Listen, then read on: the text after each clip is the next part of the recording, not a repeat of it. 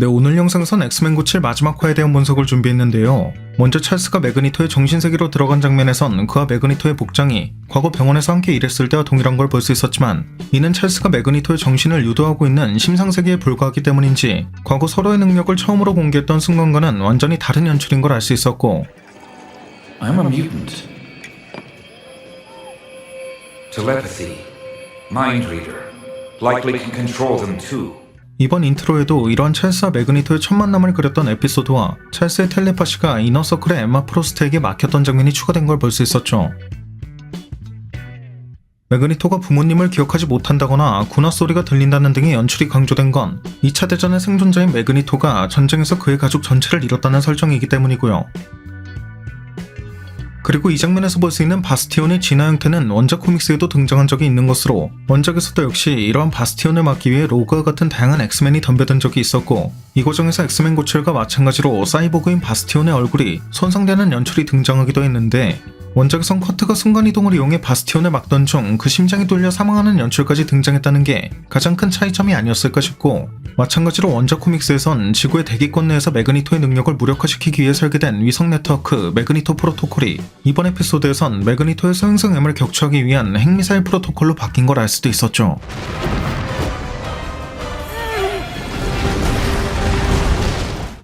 또 이 장면에선 지구의 종말이 닥쳐오는 상황에서 미국 대통령과 함께 움직이고 있는 캡틴 아메리카와 아이언맨, 시민들을 지키고 있는 데어데블, 한 명의 환자라도 더 살리기 위해 엘드리치 매직을 이용한 수술을 진행하고 있는 닥스, 와칸다의 국왕 블랙팬서, 클로겐데거와 오메가 레드, 사일록 등의 모습을 확인할 수 있었고, 이번 에피소드의 모프 같은 경우 앞선 세비지랜드에 등장한 적이 있는 사우론이라던가 판포의 리더 미스터 판타스틱으로 변한 걸 볼 수 있었는데, 매그니토의 정신세계에도 그의 자식들인 퀵실버와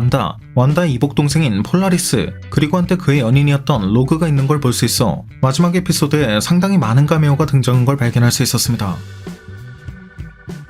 물론 이 장면을 통해 기존에 우리가 알고 있던 엑스맨 멤버들을 제외하고 콜로서스, 하복, 아이스맨, 엑소더스, 매직, 에마 프로스트, 섀도우캣, 그리고 앞선 에피소드에서 잠깐 스쳐간 적도 있는 더스트가 카메오로 등장한 걸 볼 수 있었는데, 여기서 재밌는 건 이들 중 유일하게 MCU에 등장한 적이 있는 스칼렛 위치와 퀵실버만 오프월드라고 적혀있는 걸 볼 수 있다는 점으로, 보통 오프월드라고 하면 지구가 아닌 우주에 있다는 뜻으로 생각할 수도 있겠지만, What about Thor? Off-world. 이번 에피소드의 마지막 장면에선 누군가가 엑스맨을 다른 시간선으로 납치한 게 암시되었고, 개인적으로는 이 같은 사건의 진정한 흑막이 캉의 변종 중 하나인 이모터스의 가능성이 아주 높다고 예상하고 있다는 점, 이런 이모터스의 MCU 버전이 히어리메인즈일 것이라고 예상하고 있다는 점에선 여기서 말하고 있는 오폴드의 의미가 이미 MCU에 합류한 상태인 걸 암시한다고도 생각할 수 있을 것 같네요. 이와 관련해 마지막 장면에선 두 그룹으로 나뉜 엑스맨이 각각 미래의 아포칼립스가 될 렌사바노르가 있는 과거의 이집트로 향한 것과, 대체 현실 속 진그레이와 사이클롭스의 딸인 레이첼 서머스가 마더 아스카니가 된 미래로 향한 걸 볼 수 있었는데, 원작 코믹스에 등장하는 마더 아스카니가 된 레이첼 서머스 같은 경우 아포칼립스가 세계를 정복한 지 100년이 지난 37세기에 고립되었다는 설정으로 등장한다는 점에선 이 두 개의 시간선, 나아가 쿠키에 등장한 현재의 시점까지 총 3개의 시간선 모두에 아포칼립스가 등장하게 될 것임을 알 수 있었고, 앞선 영상에서 언급한 적이 있듯 과거 이러한 아포칼립스가 시간선을 정복하려고 했을 때 개입했던 것이 캉의 변종 중 하나라고 할 수 있는 이모터스였다는 점을 미뤄봤을 땐 이 장면 속 비숍이 언급한 무언가 혹은 누군가가 이모터스였다는 걸 유추해볼 수 있겠죠. Something or someone yanked our friends through time. 현재 시간선에 있는 아포칼립스가 카드를 들고 있다는 점이나 자식들이라고 칭하고 있다는 점에선 다음 시즌의 갬빗이 아포칼립스의 부하인 묵시록의 사기사와 같은 포지션으로 부활해 재등장할 가능성을 고려해볼 수 있을 것 같고요. His name was Gambit. Remember it!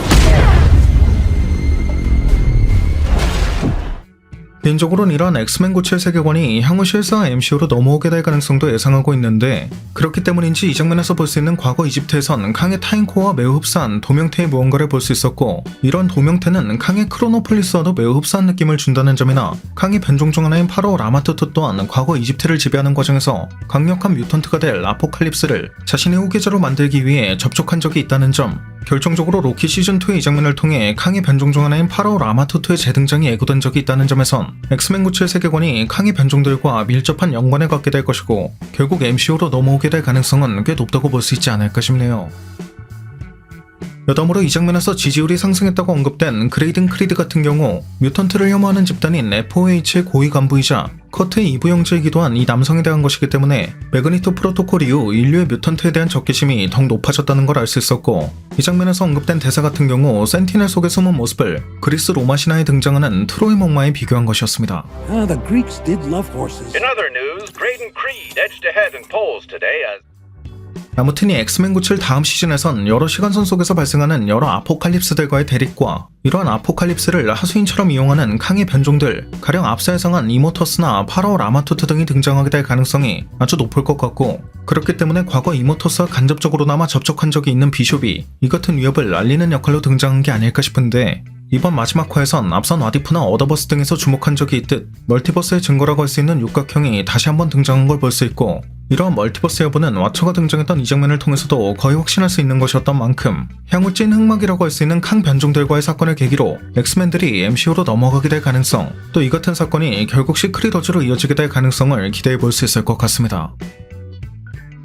네, 오늘 준비한 영상은 여기까지였습니다. 영상이 재밌고 유익하셨다면 잊지 마시고 꼭 구독과 좋아요 그리고 알림 설정해주시면 감사하겠습니다. 그럼 지금까지 올원이었습니다.